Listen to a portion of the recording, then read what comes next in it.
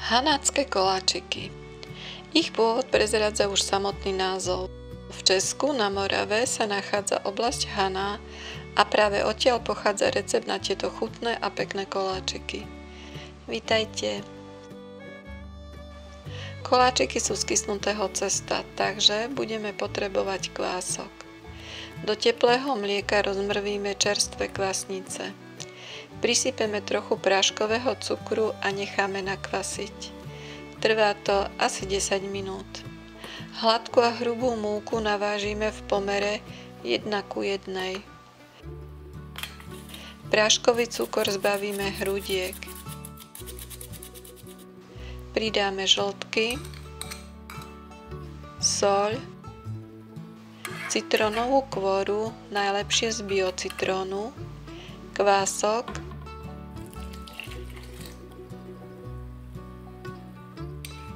roztopené maslo,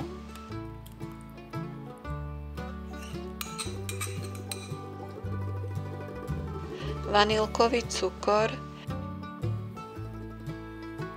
a vymiešame cesto.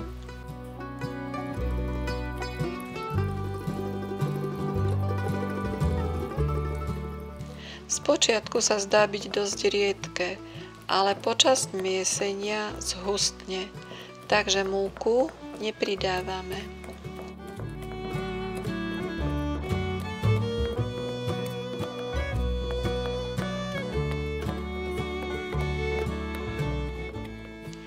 Vymiesené je, keď sa prestane lepiť na varechu. Vrch pomúčime, aby sa nám neprilepil na utierku. Cesto necháme pol hodinu kysnúť na teplom mieste.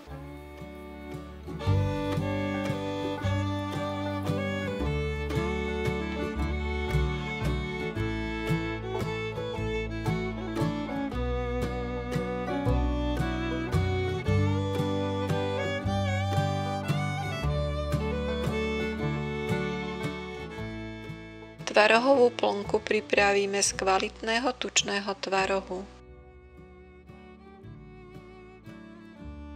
Prisypeme hrubú múku, práškový cukor, soľ, nesmie chýbať vanilkový cukor,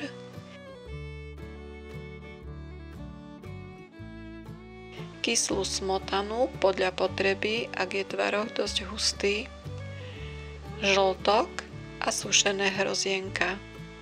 Tie som nakrájala na drobnejšie kúsky.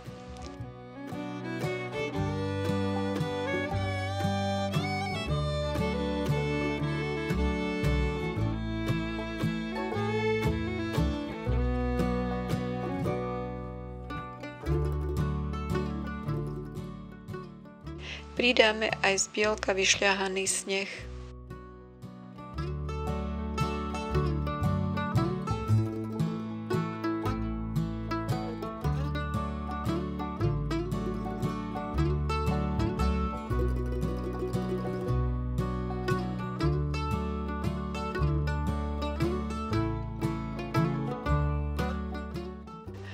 Druhá plnka bude lekvárová. Slivkový lekvár zmiešame so škoricovým cukrom alebo so škoricou. Škorica lekvár rozvonia a zahustí tak, že z koláčikov nestečie.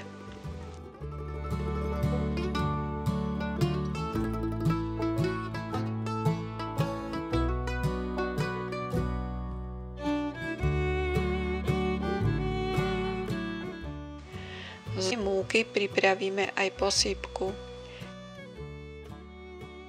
Pridáme cukor a zmäknuté maslo.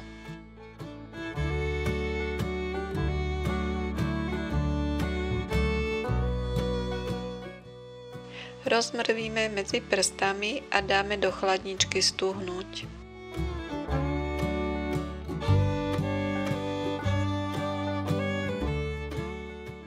Dosku posypeme hrubou múkou. Vylejeme nakysnuté cesto, trochu vyformujeme a hneď valkáme na hrúbku prsta. čo je asi 1,5 cm.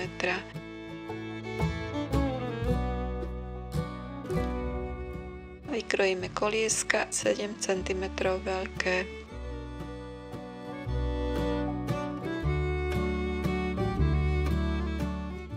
Zvyšok cesta zmiesime a vykrojíme ďalšie kolieska, ktoré budeme plniť ako posledné, aby stihli nakysnúť.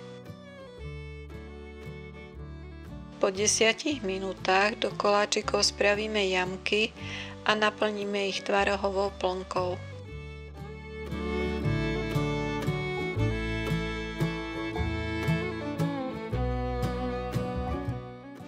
Opatrne kraje cesta spojíme a urobíme buchtičku.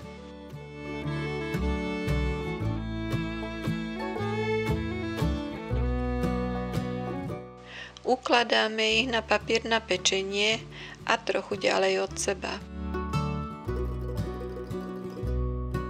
Prikryjeme utierkou a znovu necháme 10 minút kysnúť. Do koláčikov urobíme jamky a naplníme ich lekvárom.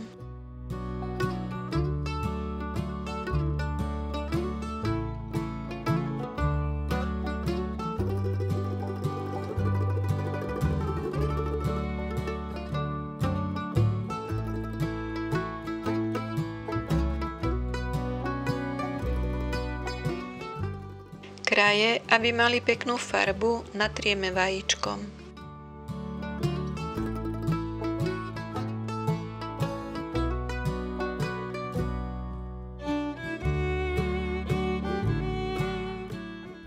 Vrch už len posýpeme posypkou.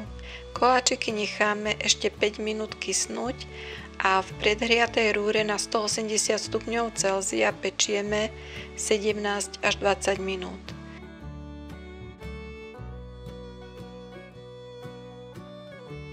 Koláčiky z prvého plechu, keď som ich vytiahla z rúry, nestihli ani vychladnúť a mizli mi pred očami ešte také horúce.